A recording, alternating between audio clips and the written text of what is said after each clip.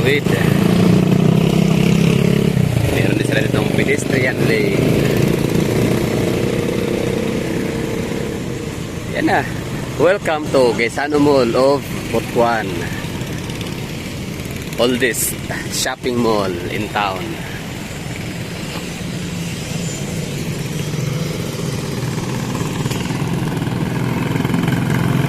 Agusan del Norte Provincial Capital. Dito pala. May kapitolyo pala to. Sabagay, del Norte. Hindi ko alam yun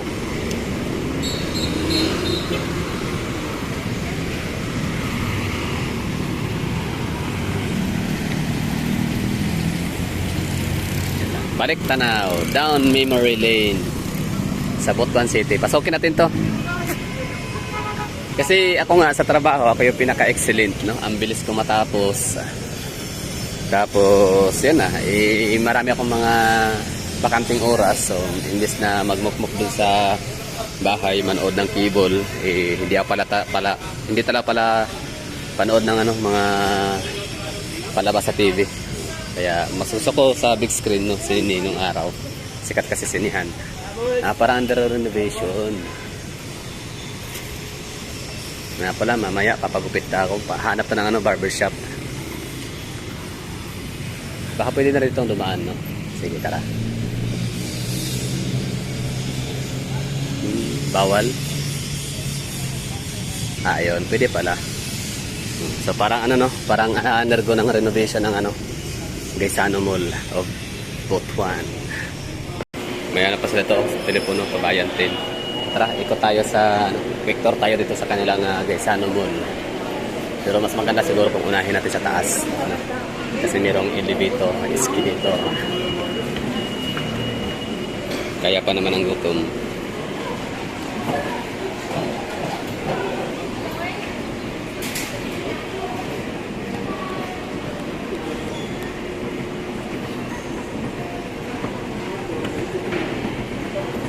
Okay, second floor. So, punta tayo sa pinakamataas.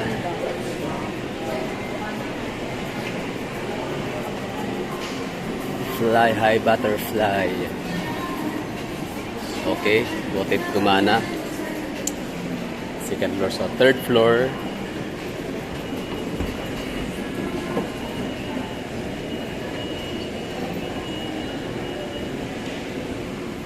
Maliit lang yung kanyang space or yung parang roofing niya ba. So, typical talaga ng panluma. Check na natin kung kailan to nagsimula, kailan to nag-start buksan. Bakit ganun pa yung kanyang standard ng gusali. Ay, alam ko na, ang hawig pala nitong mall na to is yung natin, Gaisano Center sa may Bolton Street. Sa sobrang liit niya or dahil nga sa maliit lang siya na mall, so pagkapunta natin sa entrance, exit na kaagad, di ba? So parang may food court doon, sa unahan puntahan natin. Pati yung food court parang makalumang estilo din. Okay, no? So nakakalungkot, wala tayong makita ang description ni Gaisano City Butuan kung ano nga bang meron sa kanya, no? Kung kailan siya ginawa, kailan siya nagsimula, di ba? So, pa-comment na lang dyan sa mga taga Butuan City. Kailan ba nagawa ang naipatayo itong Gaisano Mall sa may Jesse Aquino. Wala talaga, no? So, yun na lang. Bali, punta na tayo sa taas. Ito na yun, pinaka third floor lang sila. Tapos, puntahan natin yung kanilang food court. Tapos, tatanong natin kung saan yung cinema area. Kasi meron tong cinema dati na napanood nga ako dito. Ouija.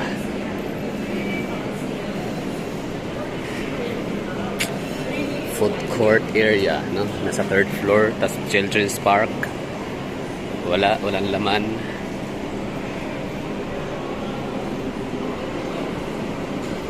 So ang hitsura nito sa labas, kanyang hawig niya ang Gaisano Center natin sa Davao.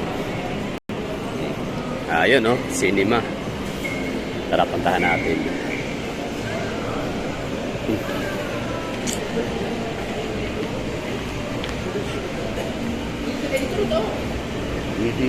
So medyo malawak-luwak pa rin para dito na area. Oh. Spacious pa siya. May ano pa siya, may mga department store area. Wala na, no? No more showing. Ang liit para siyang Victoria Plaza dati. Ayan lang, no? Oh, ito na yon. Cinema 1, 2, 3, and 4. Hanggang Cinema 4 lang. So wala na silang ano, nakalungkot lang para sa mga ano dito. Mga dito pinanganak, no, sa ano na to. Lumaki dito na mall. Eh syempre, wala na silang mapapanood. So meron dito, conducting inspection by our security guard is a company policy. Firearms, bladed weapons can or pointed. Our valued movie goers. It's a recording of this film and the position of camera, video, laptop, computer, any type recording device inside the cinema is strictly prohibited. Got in. So ibig sabihin, ano pa, no? May showing pa to dito, siguro. Wala na, no? So sarado na sila. Taod-taod na daw na tinanggal ang movie or cinema. At parang amoy sunog na plancha.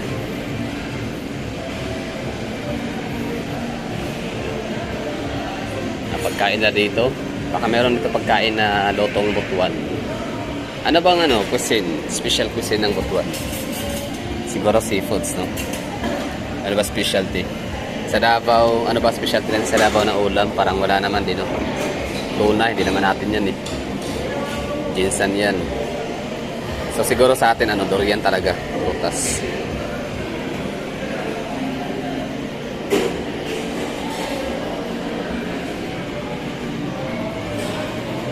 Hindi pala luma ang ano nila dito, ang kanilang food court area. Akala ko yung dati gagaya sa ano, kaysa ano, industry na talagang naka-attach, no, sa simento yung mga lamisa na mapagkain, pork, baboy.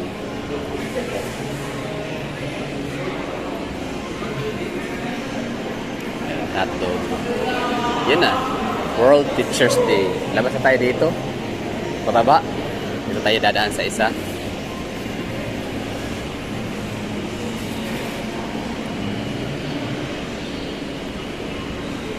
Go.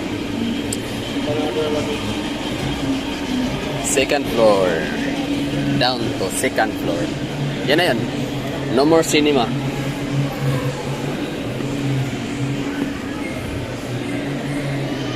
Ito na yung second floor nila dito.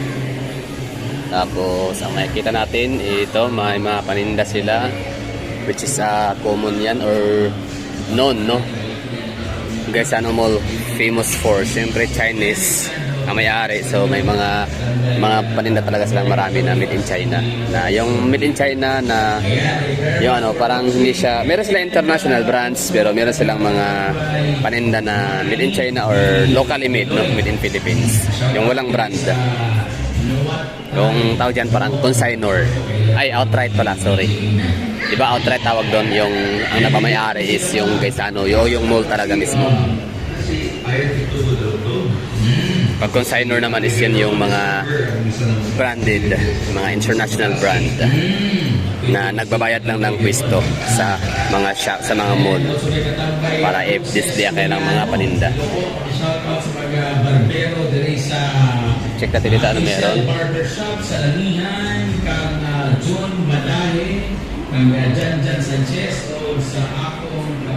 Pin shop, meron din sila dito. Siyempre kaysa ano mall, no? May mga branded na mga damit yan.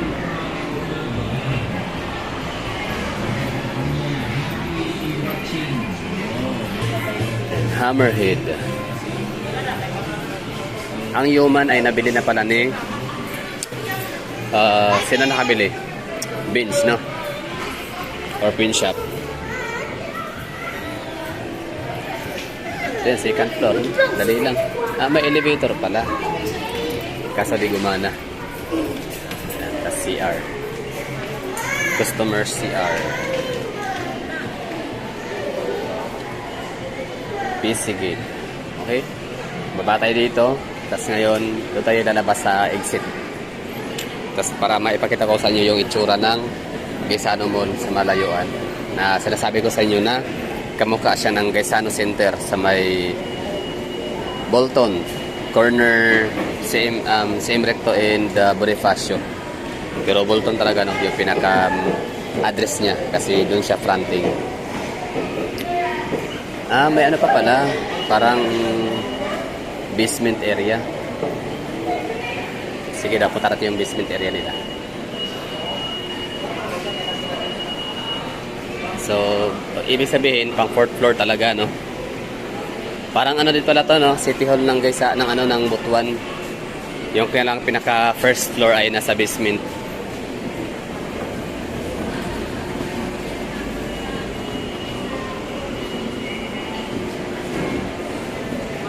So, dito yung mga cellphone shops, loading station, yan, mga Lotto, Sweepstakes Office, Cebu Pacific, phone shop, padala. Okay. Tapos, ito na yun ha, basement nila area, pinaka ground floor or pinaka first floor. So, puntahan natin dito, ano meron. Siyempre, ano to no? By variety talaga yung floor. Pagka foods. Pag cellphone. Yes, sir. Cover charger, incentive. Samsung. Ito naman ay furniture.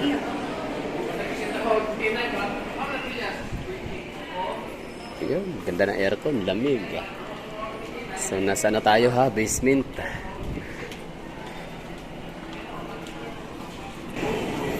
Okay. Mga appliance area.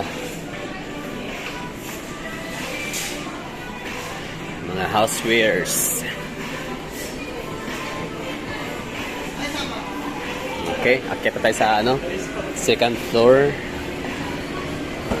Second floor na nasa ground floor. Tapos dito tayo mag-exit. So, ano ba yung mga meron dito? Mga Christmas decors, no? Christmas is real na dito sa Pinas. Sa Butuan.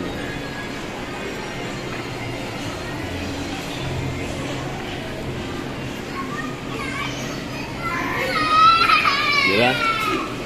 Tapos, yan, pagkainan, Torx. Ngayon, labas tayo dito. Tingnan natin yung lugar. Chowking, okay. Supermarket dito pala, oh. Chowking dito sa kabila ay Jollibee.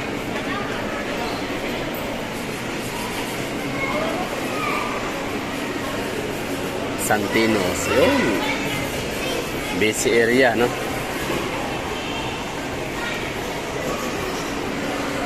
Dito naman may food court area din dito.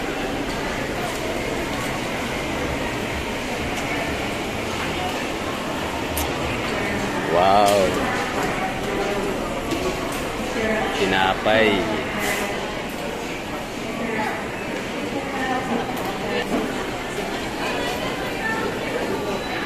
So ano to? Eurobaker? Oh, kala ko Eurobaker. Yan yung ano nila. Mga paninda.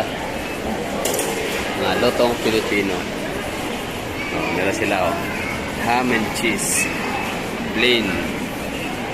So mamaya na yan oh. Punta tayo sa labas. Tapusin muna natin yung vlog. Tapos saka tayo babalik. Bibili tayo ng croissant. Croissant. Para bigkasin. Croissant. Croissant. Whatever. Labas pa na tayo para maipakita ko sa inyo pasilip. No? Yung gilid sa labas ng Gaisano.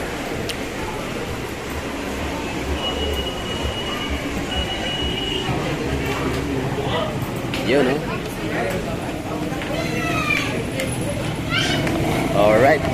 So, ito yung lumang sasakyan dito sa Butuan. Yun, no? Yung kailang tricycle. Kulay orange. Ito na yun. Ang hitsura. Tapos tawid tayo para makita natin malayuan. Tapos sa harap merong Rosarios Amaris Sweets. Rosario's restaurant. Chinese seafood. Since brick oven pizza. Oh, yan na.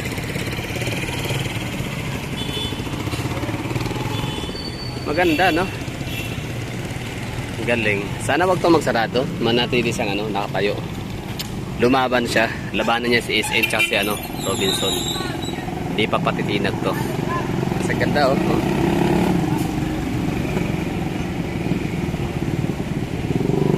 Hindi ko alam kung kailan to nagsimula, kailan to naitayo. So, kayo nang bahala mag-comment dyan mga taga-Butuan. Ang ganda ng guys, mo dito. Nakatuwa. So, yun, may taxi area. Dalawa lang. Meron na doon iba. So, that's all for today. And bye-bye. Kasi balik ulit to sa loob. Kakain lang ako. Nakagutom na. And after ay papagupit para makaligo at makatulog.